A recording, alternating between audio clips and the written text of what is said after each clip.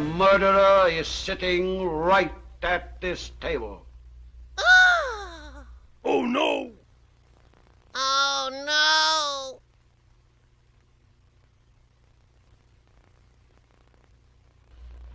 The sheriff's right. The murderer's right here among us, and he won't stop till he kills us all. I, for one, don't intend to remain here and be slaughtered. I'm leaving for Los Angeles in the morning. That goes for me, too. I want to get back to Boston. Why, Leslie, we thought you'd stay here at least until the wedding. Well, there isn't going to be any wedding. Stella and I talked it over, and you and Mother might as well know it now. That suits me down to the ground. I don't want any spineless, milk-fed, back-bay son-in-law. Hey, listen, I've had just about Shut enough. up, all of you. I'll settle this right now. No one leaves this estate until I find the murderer. We must prepare for a nice old age at Spanish Cape. Well, Philo, I don't see you setting the world on fire as a detective. Suppose you tell us who the murderer is. I told you. What do you mean, you told me? I told you to look for a man with black spots in front of his eyes. Fine. Suppose you stay and help us find him. You can take care of Mr. Queen and the judge, can't you, Mrs. Godfrey? Of course, I'd be glad to. This is preposterous. Oh, I'm not so sure about that. These murders didn't start until the arrival of yourself and Mr. Queen. I think you'll bear a little watching. I really think it's a good idea, Judge. I've seen murder in your eye more than once. I hope you have no objection if I retire to my room. I don't care what you do, as long as you don't leave the estate. I'm going to take a look at my flower beds. Why don't you get up a bridge game, huh? All right, Walter. We'll probably take our minds off this dreadful business.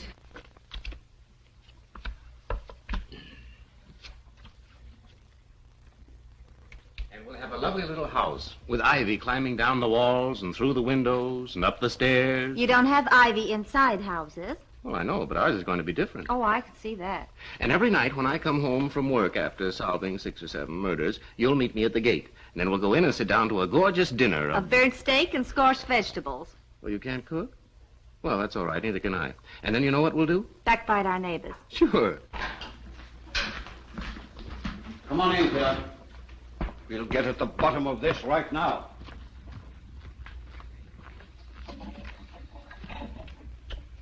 Mrs. Munn, were you and your husband on good terms?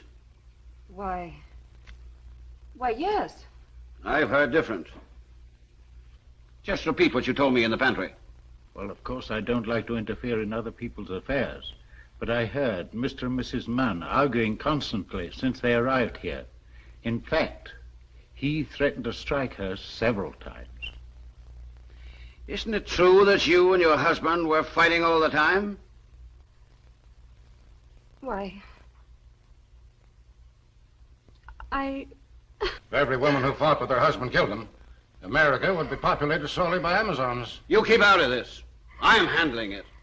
Mishandling it, you mean? You can't cry yourself out of this, lady. You were heir to your husband's share of the estate. In addition, you probably hated him.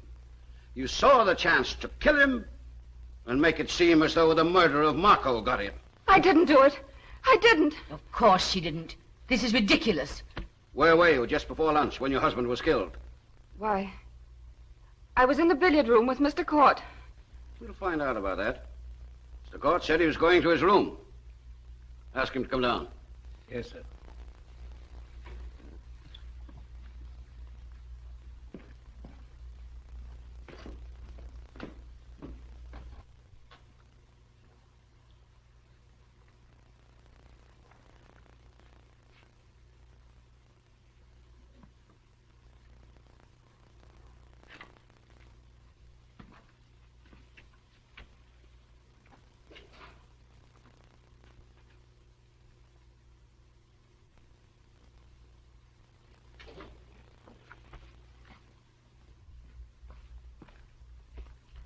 Well, where's Court? Mr. Court is dead, sir. What? Strangled, sir, and in bathing trunks, just like Mr. Munn and Mr. Marco. Oh, this is terrible. Can we do something to... Nobody moves till I get back here. Go outside, get Deputy Saunders. Tell him to stand guard on that door. Then round up the other servants and bring them in here. Yes, sir. Who are you? I'm Mrs. Sheehan, the cook, and I know all about these killings. Oh, you do? Sure, and I do. The house is bewitched. It's the work of a banshee. Huh. Another amateur detective, eh? You and Mr. Queen ought to get together.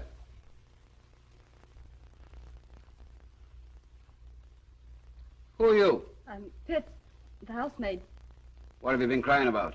I'm afraid we're all going to be killed. Huh. It's beginning to look like it. Where were you after dinner? I was reading the newspaper in the kitchen. That right? Yes, sir. And Pitts, poor dear, she was there, too. What were you doing from the time you left the dining room till you met me in the pantry? I was packing Mr. Marco's things. Mrs. Godfrey asked me to. Did you see or hear anything upstairs? No, sir. All right. You can go back to your work. Well, that lets the servants out. Now, all the rest of you have been in this room since right after dinner, with the exception of one man. He was absent for about 15 minutes, with the excuse that he was looking after his flowers. During that 15 minutes, he probably sneaked in the side door and killed Court. Everyone here heard him say he hated him and was glad his daughter wasn't going to marry him.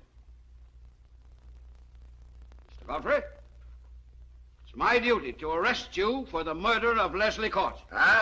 And I must inform you that anything you say now may be used against you. Blah. Sheriff Molly, you must be crazy. Why, Dad wouldn't hurt a fly. First, it was Mrs. Godfrey. Then it was Mrs. Munn. Now it's Mr. Godfrey. Why don't you just play eeny, meeny, miny, mo and find out who's it? Say, I've had just about enough of your wisecracks. And I have, too. I beg your pardon? You've done nothing but make fun of Sheriff Molly ever since you came here. At least he's trying hard and doing his best to find the murderer. You came here with the reputation of a great detective. Now, I don't want to be offensive, but what you've shown so far, you're either a four-flusher, as Sheriff Molly says, or you're too selfish to help people in trouble. Miss Godfrey is right, Ellery. I've always disparaged your interest in criminology. But in this case, I think you ought to help these good people to the best of your ability. Miss Godfrey, I have deliberately avoided doing anything in this case for only one reason. Probably because you couldn't solve it. No, because of you. Because of me? I'm afraid that finding the murderer would only bring you sorrow. The culprit is obviously someone who is near and dear to you. It may be your mother, it may be your father. I don't believe it. But if that is a possibility, why did you make fun of Sheriff Molly when he suspected them? Well, I wasn't criticizing his suspicions, only his methods. His methods of arresting people on evidence that couldn't even secure an indictment. If the murderer isn't your mother or father, it may be one of your relatives, Mrs. Constable, or Mrs. Munn. Obviously an abused woman who would think she had plenty of motive for killing her husband. Looking at the thing analytically and objectively, even you are a suspect. Me? Oh, I've known she was a suspect all along. But suppose she was guilty. Wouldn't it be your duty as a decent citizen to uncover her guilt? Our conception of duty is dictated by our reason, Sheriff. And a young man in love is never reasonable. Beg pardon, sir. I found this in one of Mr. Marco's suits, sir. Dear John, please meet me at the pavilion near the beach after midnight. I must talk to you. Signed, Stella. Is this your handwriting? Yes. So you had an appointment with Marco right around the time he was killed. Why didn't you tell us? The appointment wasn't for last night. It was for a week ago. I'll think this over for the time being. But if you know anything about these murders, you'd better come clean. I don't know anything I haven't told you. Of course she doesn't. You're fired. I won't have servants snooping around incriminating my family. I only do my duty as I see it, sir.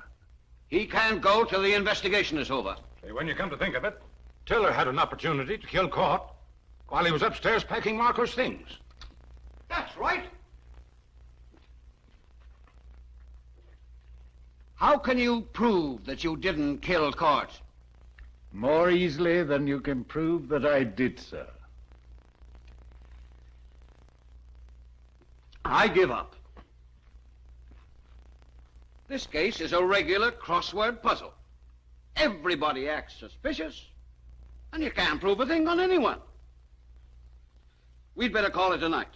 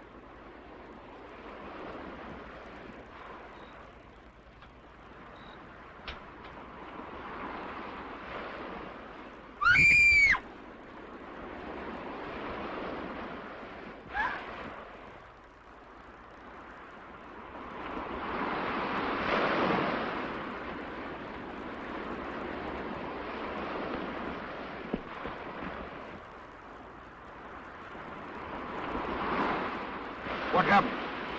Mrs. Constable. She fell off the cliff. What do you mean she fell off? What were you doing here? Oh, I found a note in my room telling me to be here at 12:30 or my uncle would be killed. Just as I came through the bushes, I saw Mrs. Constable fall or jump over. Probably suicide. Maybe. Why didn't you tell us about that note? Whoever wrote the note told me not to. Well, you can see for yourself the note's in my room. Take Miss Godfrey back to the house. I'm going down and take a look at Mrs. Constable.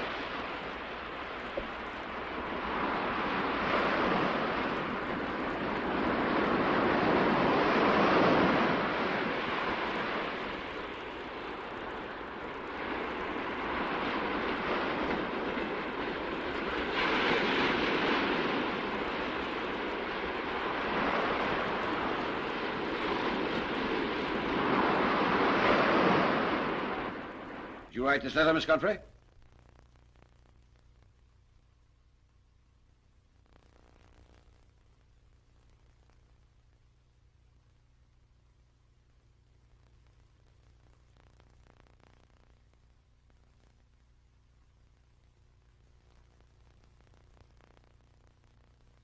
Well, of course I didn't. It's your handwriting, isn't it? Well, it looks like it, but I didn't write it. I'm sorry, but it looks to me as though you deliberately enticed Mrs. Constable to the cliff and pushed her over. But I told you. I found a note. Wait a minute.